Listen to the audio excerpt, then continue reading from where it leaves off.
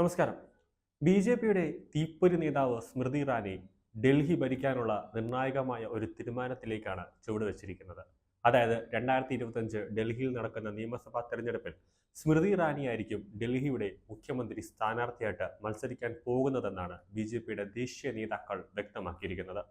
2024 ലോക്സഭാ തെരഞ്ഞെടുപ്പിൽ അമേഠിയിൽ നിന്നും വലിയ രീതിയിൽ പരാജയം ഏറ്റുവാങ്ങിയ സ്മൃതി ഇറാനി കുറച്ചു കാലമായി മൗനത്തിലായിരുന്നു. നിലവിൽ സജീവ രാഷ്ട്രീയത്തിലേക്ക് ഇറങ്ങാനാണ് സ്മൃതി ഇറാനി ഇപ്പോൾ പോകുന്നത്. ഡൽഹി കേന്ദ്രീകരിച്ച് പ്രാദേശിക തലത്തിലാണ് പ്രവർത്തനം തുടങ്ങുന്നത്.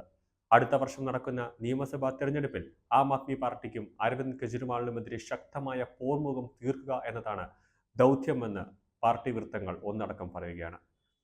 അതായത് സ്മൃതി ഇറാനി തിരിച്ചു വരുന്നത് 10 മടങ്ങ് ശക്തമായിട്ടായിരിക്കും. അമേഠിയിലെ തോൽവിക്ക് ശേഷം കുറച്ചു കാലം നിശബ്ദമായിരുന്ന സ്മൃതി ഇറാനി ദക്ഷിണ ഡൽഹിയിൽ പുതിയ വീടെടുത്ത് താമസം തുടങ്ങിയത് ഈ ലക്ഷ്യത്തോടെയാണ്. ഈ മാസം 2-ന് തുടങ്ങിയ ബി.ജെ.പി അംഗത്വ പ്രചാരണത്തിൽ അവർ സജീവമായി തന്നെ പങ്കെടുക്കുന്നുണ്ട്. ഡൽഹിയിൽ 14 ജില്ലകളിൽ 7 സ്മൃതിയുടെ മേൽനോട്ടത്തിലാണ് അംഗത്വ പ്രചാരണം നടക്കുന്നത്. നിയമസഭാ തെരഞ്ഞെടുപ്പിൽ ആം ആദ്മിക്കെതിരെ കരുത്തുറ്റ നേതാവിനെ ഉയർത്തിക്കാട്ടി മത്സരത്തിനിറക്കണമെന്ന പാർട്ടിയുടെ ഒരു ഭാഗം ആവശ്യപ്പെടുകയാണ്. 2020 തെരഞ്ഞെടുപ്പിൽ മുഖ്യമന്ത്രി സ്ഥാനാർത്ഥിയെ പ്രഖ്യാപിക്കാതെയാണ് ബി.ജെ.പി മത്സരിച്ചത്.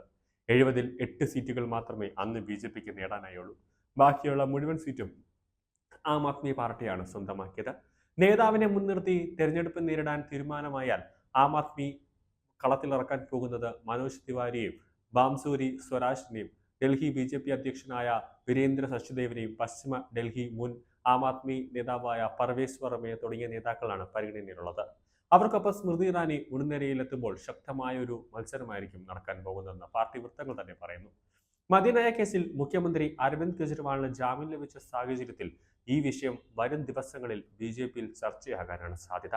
2015 നിയമസഭാ തെരഞ്ഞെടുപ്പിൽ കിരൺ ബേദിയെ മുഖ്യമന്ത്രി സ്ഥാനാർത്ഥിയായി ബി.ജെ.പി മത്സരിച്ചിരുന്നെങ്കിലും ദയനീയമായ പരാജയമാണ് അന്ന് ഏറ്റുവാങ്ങിയത്.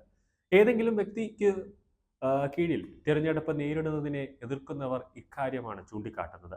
അതിനിടെയാണ് ഹരിയാന നിയമസഭാ തെരഞ്ഞെടുപ്പിൽ ബി.ജെ.പി താരപ്രചാരകരുടെ പട്ടികയിൽ പ്രധാനമന്ത്രി നരേന്ദ്രമോദിക്കും ആഭ്യന്തരമന്ത്രി അമിത്ഷായ്ക്കുമൊപ്പം സ്മൃതി ഇറാനിയും ഉൾപ്പെട്ടത്. സ്മൃതി ഇറാനി വരുന്നതോടെ വീണ്ടും ഡൽഹിയിൽ ബി.ജെ.പിക്ക് കരുത്ത് പകരും എന്ന കാര്യത്തിൽ യാതൊരു സംശയവുമില്ല.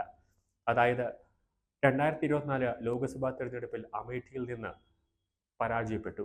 ആ പരാജയത്തിന്റെ ഏറ്റവും പ്രധാന കാരണം കോൺഗ്രസ് നേതാവ് അതായത് രാഹുൽ ഗാന്ധി അടക്കം അവിടെ അമേഠിയിൽ വർഗീയമായ ഒരു പരാമർശം നടത്തിയതിൻ്റെ ഒരു പ്രശ്നമാണ് സ്മൃതിക്ക് പോയത്. നമ്മളെപ്പോഴും പറയുന്നൊരു കാര്യമുണ്ട്, കടൽ ഉൾവലിഞ്ഞിട്ടാണ് ആഞ്ഞടിക്കുന്നത്, അതിനാൽ അതിന് ഇരട്ടിയിലധികമായിരിക്കും ശക്തി. അതുപോലെയാണ് സ്മൃതി ഇറാനി.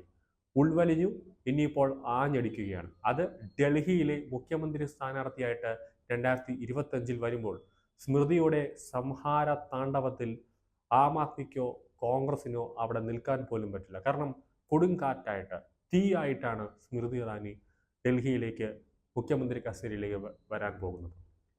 അതുകൊണ്ട് തന്നെയാണ് അതിൻ്റെ ശക്തി ഇരട്ടിയായി.